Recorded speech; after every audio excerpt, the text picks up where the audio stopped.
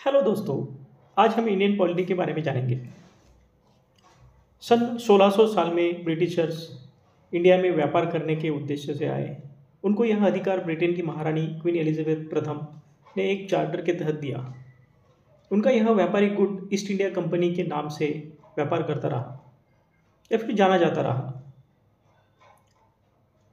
साल 1765 में east India company को दीवानी अधिकार इंडिया के 3 राज्य बंगाल, बिहार और उड़ीसा के लिए मिले और यहीं से ईस्ट इंडिया कंपनी एक ट्रेडिंग के साथ साथ रीजनल पावर बन गई। ब्रिटिशों ने इंडियंस पे काफ़ी अत्याचार किए। सन 1817 में सैनिकों का राष्ट्रीय उठाव हुआ। तब से इंडिया की सरकार ब्रिटेन से कंट्रोल होने लगी और यह 1947 तक चला।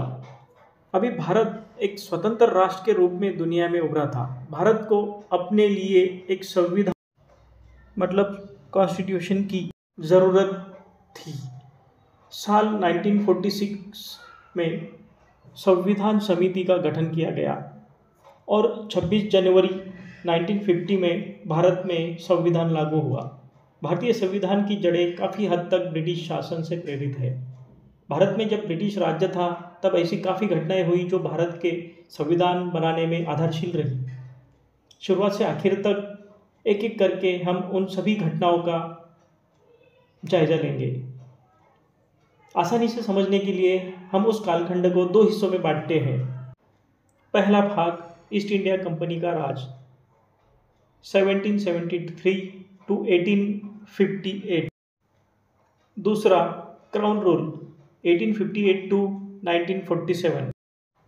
East India Company rule 1773 to 1858। इसमें सबसे पहला और सबसे अहम था रेगुलेटिंग एक्ट ऑफ 1773। भारतीय संविधान की दृष्टि से यह कानून काफ़ी महत्वपूर्ण था। यह पहला ऐसा कानून था जिसके तहत ब्रिटिश सरकार ईस्ट इंडिया कंपनी के व्यवहार और लेन देन को डायरेक्टली कंट्रोल करने का अधिकार देती थी। इस एक्ट ने ईसीआई के राजनयिक और प्रशासनिक कार्य को मान्य किया। इस एक्ट ने भारत में केंद्रीय प्रशासन की शुरुआत की नींव रखी। इस एक्ट की कुछ विशेषताएं। पहला, गवर्नर ऑफ बंगाल को गवर्नर जनरल ऑफ बंगाल कहा जाने लगा। दूसरी विशेषता, गवर्नर जनरल ऑफ बंगाल को उनके कार्य में मदद के लिए 4 सदस्य की कार्यकारी परिषद का निर्माण किया गया। तीसरा, लॉर्ड वॉरेन हेस्टिंग को पहला गवर्नर जनरल ऑफ बंगाल बनाया गया। चौथी विशेषता, इस एक्ट में गवर्नर ऑफ बॉम्बे और गवर्नर ऑफ मद्रास को गवर्नर जनरल ऑफ बंगाल से गवर्नर बना दिया। पांचवी विशेषता, इस एक्ट के तहत कलकत्ता में सुप्रीम कोर्ट का निर्माण किया गया साल 1774 में, जिसमें एक मुख्य न्यायाधीश और 3 अन्य न्यायाधीश का चयन किया गया। छठी विशेषता, इस एक्ट के तहत ईस्ट इंडिया कंपनी के किसी कर्मचारी को इंडिया में निजी व्यवहार, व्यापार या किसी भी भेंट या रिश्वत लेने से रोका गया।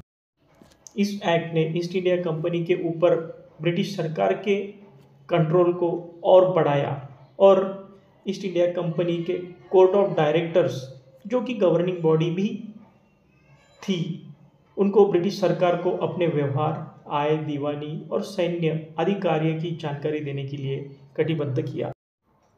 आज के वीडियो में हमने 1773 के रेगुलेटिंग एक्ट के बारे में जाना। अगले वीडियो में हम 1781 के अमेंडिंग एक्ट के बारे में जानेंगे। तब तक पढ़ते रहिए। Thank you for watching this video. Please do like, subscribe and share this information to your friends.